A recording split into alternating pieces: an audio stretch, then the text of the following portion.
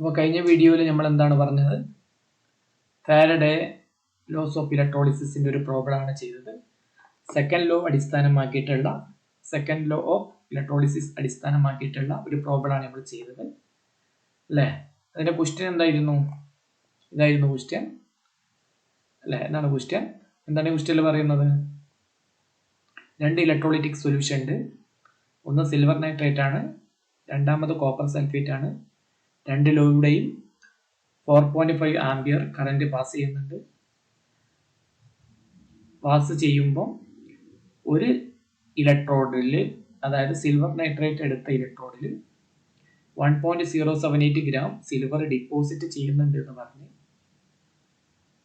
അത് ഡിപ്പോസിറ്റ് ചെയ്യുന്ന സമയത്ത് എത്ര കറന്റാണ് പാസ് ചെയ്തത്? 4.5 ആണ്. എത്ര സമയമാണ് പാസ് ചെയ്തത്? അത് നമ്മൾ കണ്ടുപിടിച്ചു. ടൈം നമ്മൾ കണ്ടുപിടിച്ചു.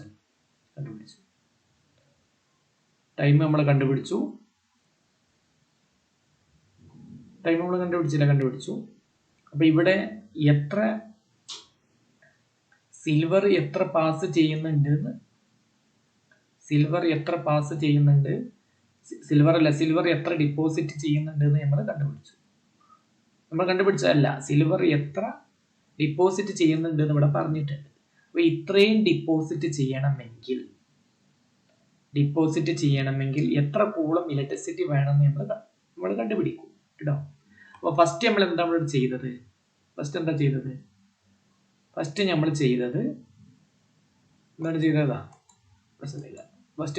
എങ്ങനെയാണ് കേട്ടോ? എന്താണ്? ഇവിടെ ഒരു സിൽവർ ആറ്റം ഡെപ്പോസിറ്റ് ചെയ്യണമെങ്കിൽ ഒരു ഇലക്ട്രോൺ വേണം. അങ്ങനെയാണെങ്കിൽ 1 മോൾ ഡിപ്പോസിറ്റ് ചെയ്യണമെങ്കിൽ 1 മോൾ ഇലക്ട്രോൺ വേണം. 1 മോൾ ഇലക്ട്രോൺ എന്ന് പറഞ്ഞാൽ 96,500 കൂളമാണ്.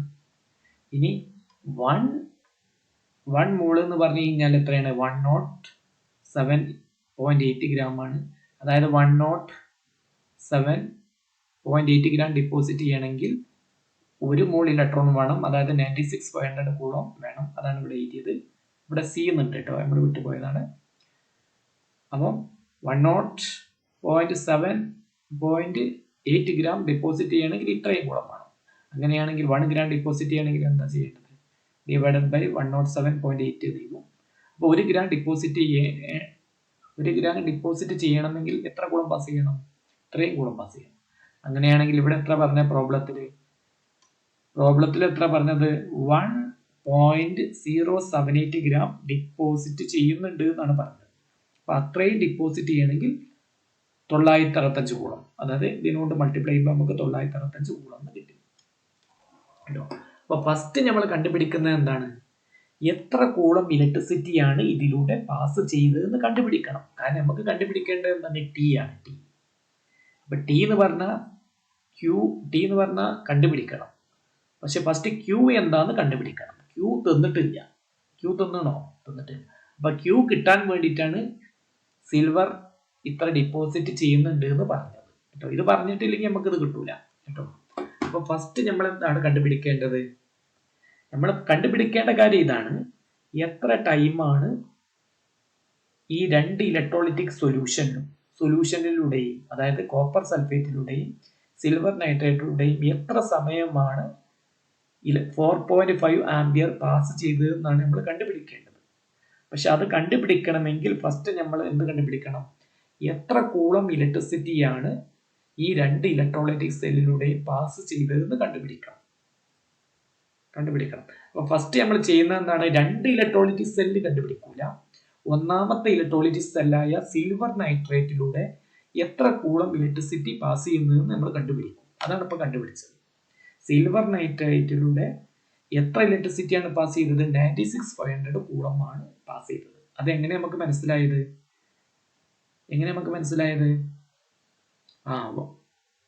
അതായത് സിൽവർ നൈട്രേറ്റിലൂടെ എത്ര ഇലക്ട്രിസിറ്റിയാണ് പാസ് ചെയ്തതെന്നൊന്നും നമുക്കറിയില്ല. പക്ഷെ എത്രയോ certain എമൗണ്ട് ഇലക്ട്രിസിറ്റി പാസ് ചെയ്തപ്പം 1.078 ഗ്രാം കിട്ടി. അങ്ങനെ കിട്ടണമെങ്കിൽ എത്ര കൂളം പാസ് ചെയ്യണം? 96,500 കൂളം പാസ് ചെയ്യണം കേട്ടോ. അതാണ്. അപ്പം സിൽവർ നൈട്രേറ്റിലൂടെ എത്രയാണ് പാസ് ചെയ്തത്? 96,500 കൂളം ഇലക്ട്രിസിറ്റിയാണ് പാസ് ചെയ്തത്. അപ്പൊ കോപ്പർ സൾഫേറ്റിലൂടെ എത്ര പാസ് ചെയ്തിട്ടുണ്ടാവും? കാരണം സീരീസ് ആയിട്ടല്ല കണക്ട് ചെയ്തത്. അപ്പോൾ കോപ്പർ സൾഫേറ്റിലും 96,500 കൂളമായിരിക്കും പാസ് ചെയ്തത്. ഓക്കെ, അപ്പോൾ 96,500 coulomb charge was pass through the electrolyte, അതായത് ക്യൂ കേട്ടോ. ഐ ഇവിടെ തന്നിട്ടുണ്ട്. അപ്പോൾ since Q equal to I T, Q എന്ന് പറഞ്ഞാൽ ഐ ടി ആണ്. അപ്പോൾ ടി നമുക്ക് കിട്ടും ക്യൂ ബൈ ടി ആണ്, ക്യൂ ബൈ ഐ ആണ്. ഇവിടെ ഞാൻ സ്മോൾ ഐ എന്നാണ് കൊടുത്തത്. അപ്പോൾ സ്മോൾ ഐ എന്നോ ക്യാപിറ്റൽ ഐ എന്നൊക്കെ കൊടുക്കാം കേട്ടോ. അപ്പോൾ നമുക്ക് ഇതിൽ നിന്ന് ടി കിട്ടും. ക്യൂ നമുക്കറിയാം, ക്വാണ്ടിറ്റി ഓഫ് ഇലക്ട്രിസിറ്റി 965 കൂളമാണ്. ഇത് 4.5 ആംപിയർ ആണ്. അത് ചെയ്യുമ്പോൾ ടൈമിന്റെ യൂണിറ്റ് സെക്കൻഡ് ആണ്. അപ്പോൾ സെക്കൻഡിൽ കിട്ടും. അപ്പോൾ ഒന്നാമത്തെ ആൻസർ നമുക്ക് കിട്ടി. അപ്പോൾ എന്താണ് ഒന്നാമത്തെ ആൻസർ? 210. അപ്പം 2 ഇലക്ട്രോലൈറ്റ് സൊല്യൂഷൻ എടുത്തു. ഒന്ന് കോപ്പർ സൾഫേറ്റ് ആണ്, ഒന്ന് നമ്മൾ ഇതിൽ പറഞ്ഞ പോലെ തന്നെ 2 ഇലക്ട്രോലൈറ്റിക് സൊല്യൂഷൻ ഉണ്ട്. ഒന്ന് സിൽവർ നൈട്രേറ്റ് ആണ്, രണ്ടാമത്തത് കോപ്പർ സൾഫേറ്റ് ആണ്. അതിലൂടെ ഇലക്ട്രിസിറ്റി പാസ് ചെയ്തു. സീരീസ് ആയിട്ടാണ് കണക്ട് ചെയ്തത്. അപ്പൊ നമുക്കറിയാം സെയിം ക്വാണ്ടിറ്റി ആണ് പാസ് ചെയ്തത്. സെയിം ക്വാണ്ടിറ്റി ഓഫ് ഇലക്ട്രിസിറ്റി, അതായത് സെയിം ക്യൂ ആണ് പാസ് ചെയ്തത്. പക്ഷെ എത്രയെന്ന് നമുക്കറിയില്ല. അത് നമ്മൾ കണ്ടുപിടിച്ച്, അതാണ് 965. അപ്പൊ 965 കൂളം ഇലക്ട്രിസിറ്റിയാണ് പാസ് ചെയ്തത്. അത് നമുക്ക് എങ്ങനെ മനസ്സിലായത്?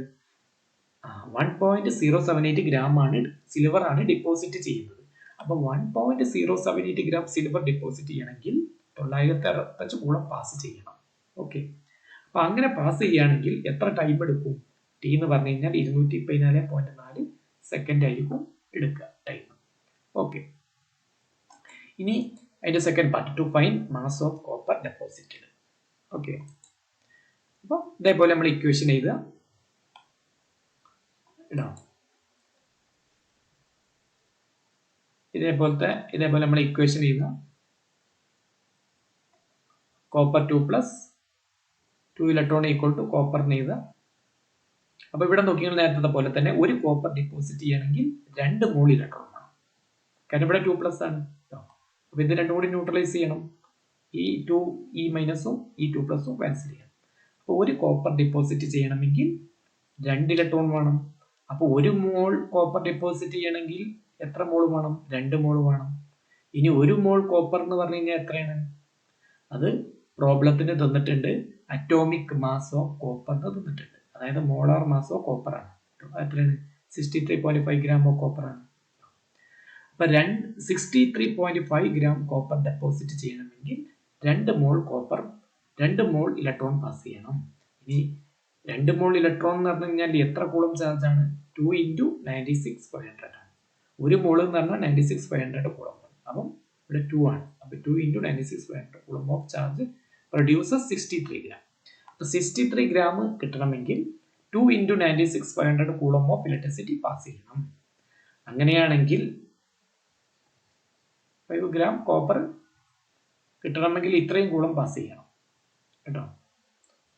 അതായത് ഇത്രയും കൂളം പാസ് ചെയ്ത് കഴിഞ്ഞാൽ നമുക്ക് 63.5 ഗ്രാം കോപ്പർ കിട്ടും. അങ്ങനെയാണ് 1 coulomb of charge will produce എത്ര ഗ്രാമാണ് കിട്ടുക? ഇത്രയും ഗ്രാം കിട്ടും. വേറെ വിധത്തിൽ പറഞ്ഞു കഴിഞ്ഞാൽ എന്താണ്? കേട്ടോ, 1 coulomb of charge will produce ഇത്രയും കിട്ടും. അപ്പൊ 1 കൂളം ഓഫ് ചാർജ് പാസ് ചെയ്ത് കഴിഞ്ഞാൽ ഇത്ര മാസ് കിട്ടും. ഇത്ര മാസ് കിട്ടും. അപ്പൊ നമ്മൾ നേരത്തെ കണ്ടുവച്ചിട്ടുണ്ട് എന്താണ്? ക്യൂ. ഇവിടെ ഇലക്ട്രോലൈറ്റിലൂടെ എത്ര സിൽവർ നൈട്രേറ്റ് സൊല്യൂഷനിലൂടെ എത്ര പാസ് ചെയ്തത്? 96,500 കൂളമാണെന്ന് നേരത്തെ നമ്മൾ കണ്ടുപിടിച്ചിട്ടുണ്ട് കേട്ടോ.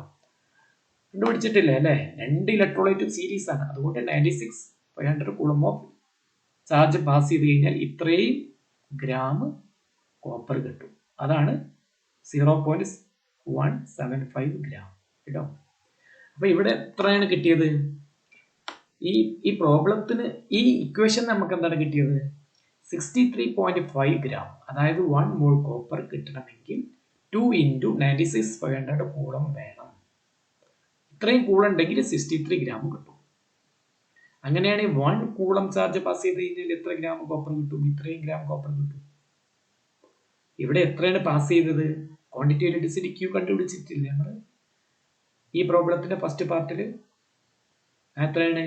96,500 കൂളമാണ്. അപ്പൊ 1 കൂളം പാസ് ചെയ്ത് കഴിഞ്ഞാൽ ഇത്രയും മാസ് കിട്ടും. അപ്പൊ 96,500 കൂളം പാസ് ചെയ്ത് കഴിഞ്ഞാൽ എത്ര കിട്ടും? × 96,500, അതായത് 965 965. അപ്പൊ ഇത്രയും ഗ്രാമാണ് കിട്ടുക. That is mass of copper deposited equal to 0.3175 gram എന്ന് കിട്ടും കേട്ടോ. അപ്പൊ ഇവിടെ ഈ സെക്കൻഡ് പാർട്ടിൽ നമ്മൾ എന്താണ് ചെയ്യുന്നത്? ഞാൻ പറഞ്ഞില്ലേ എത്ര ക്വാണ്ടിറ്റി ഇലക്ട്രിസിറ്റിയാണ് നമ്മൾ പാർട്ട് എയിൽ കിട്ടിയത്. സിൽവർ നൈട്രേറ്റ് പാസ് ചെയ്തപ്പം എത്ര കൂളം ഇലക്ട്രിസിറ്റി നമ്മൾ പാസ് ചെയ്തത്? 965. അതേ 965 തന്നെയല്ലേ ഇവിടെയും കോപ്പർ സൾഫേറ്റിലൂടെയും പോവുക. കാരണം എന്താണ്? സീരീസിലാണ് കണക്ട് ചെയ്യുന്നത് കേട്ടോ. അപ്പം ഈ ഇക്വേഷൻ എഴുതിയിട്ട് നിങ്ങൾ എന്ത് ചെയ്യണം? കണ്ടുപിടിക്കണം. അതായത് 63.5 ഗ്രാം കിട്ടണമെങ്കിൽ 2 × 96,500 കൂളം വേണം.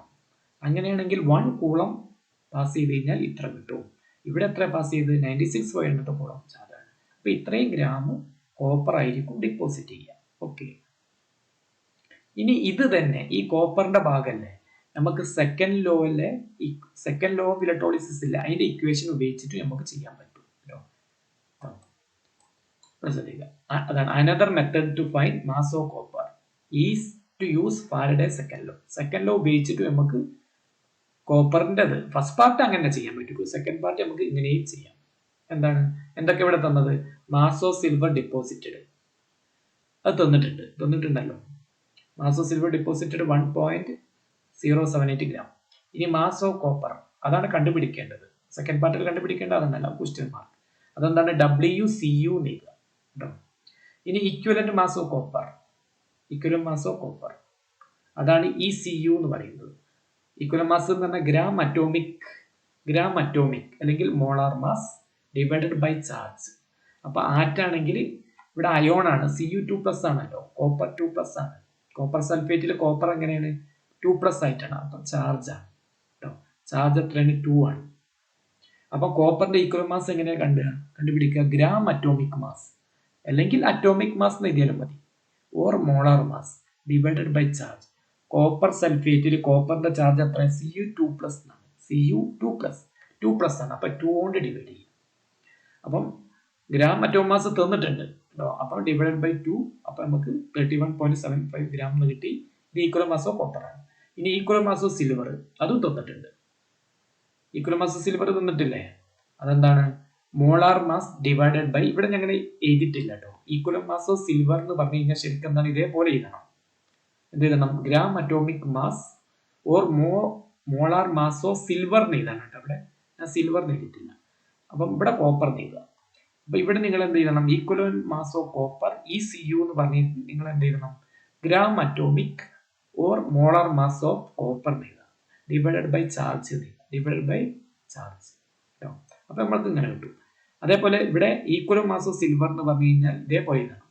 ഗ്രാം അറ്റോമിക് മാസ് അല്ലെങ്കിൽ മോളാർ മാസ് ഓഫ് സിൽവർ എന്ന് ഇവിടെ എഴുതുക, ഡിവൈഡഡ് ബൈ ചാർജ്. Ag+ എന്നാണ്. അപ്പൊ ചാർജ് എത്രയാണ്? 1 ആണ്. അപ്പം അതിന്റെ മോളാർ മാസും ഈക്വൽ മാസും എന്തായിരിക്കും? സെയിം ആയിരിക്കും. അതുകൊണ്ടാണ് ഞാൻ ഇങ്ങനെ എഴുതിയത് കേട്ടോ, ഇങ്ങനെ എഴുതി. അപ്പൊ ഓക്കെ. അപ്പൊ എന്തൊക്കെ നമ്മൾ കണ്ട്? Mass of silver deposit WAG തന്നിട്ടുണ്ട്. പിന്നെ മാസ് ഓഫ് കോപ്പർ ക്വസ്റ്റ്യൻ മാർക്കാണ്. Equal mass of copper ECU നമുക്കറിയാം. ഈക്വൽ മാസ് ഓഫ് സിൽവർ നമുക്കറിയാം. ഇനി നമ്മൾ സെക്കൻഡ് ലോന്റെ ഇക്വേഷൻ നേരിട്ട് ഉപയോഗിക്കാം. എന്താണ്? By Faraday second law of electrolysis നമ്മൾ പഠിച്ചിട്ടുണ്ട്. WA mass of copper divided by mass of silver equal to equal mass of copper divided by equal mass of silver. ഇങ്ങനത്തെ ഒരു ഇക്വേഷൻ നമ്മൾ അവിടെ പഠിച്ചിട്ടില്ലേ? കോപ്പറിന്റെ സ്ഥാനത്ത് A എന്നാണ് കൊടുത്തിട്ടുള്ളത്. ഇവിടെ ഡിനോമിനേറ്ററിൽ AGക്ക് പകരം B എന്നാണ് കൊടുത്തിട്ടുണ്ടാവുക കേട്ടോ. ഇവിടെ കോപ്പറിന്റെ പകരം A എന്ന് കൊടുത്തിട്ടുണ്ടാവും, അവിടെ B എന്ന് കൊടുത്തിട്ടുണ്ടാവും കേട്ടോ. അപ്പം WCU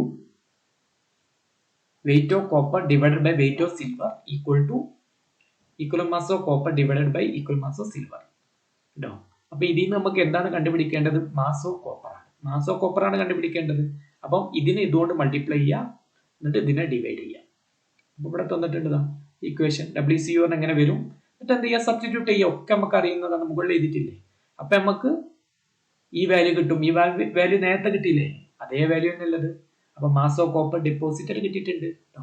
അപ്പം ഫാരഡേ സെക്കൻഡ് ലോന്റെ ഒരു പ്രോബ്ലം ആണിത്. അപ്പം ഈ part B mass of copper deposited നമുക്ക് ഫാരഡേ സെക്കൻഡ് ലോ ഇക്വേഷൻ ഉപയോഗിച്ചിട്ട് നമുക്ക് എന്ത് ചെയ്യാം? ഇതേപോലെ ചെയ്യാം. ഓക്കെ. ബാക്കി നമുക്ക് അടുത്ത വീഡിയോയിൽ പറയാം. Okay, thank you.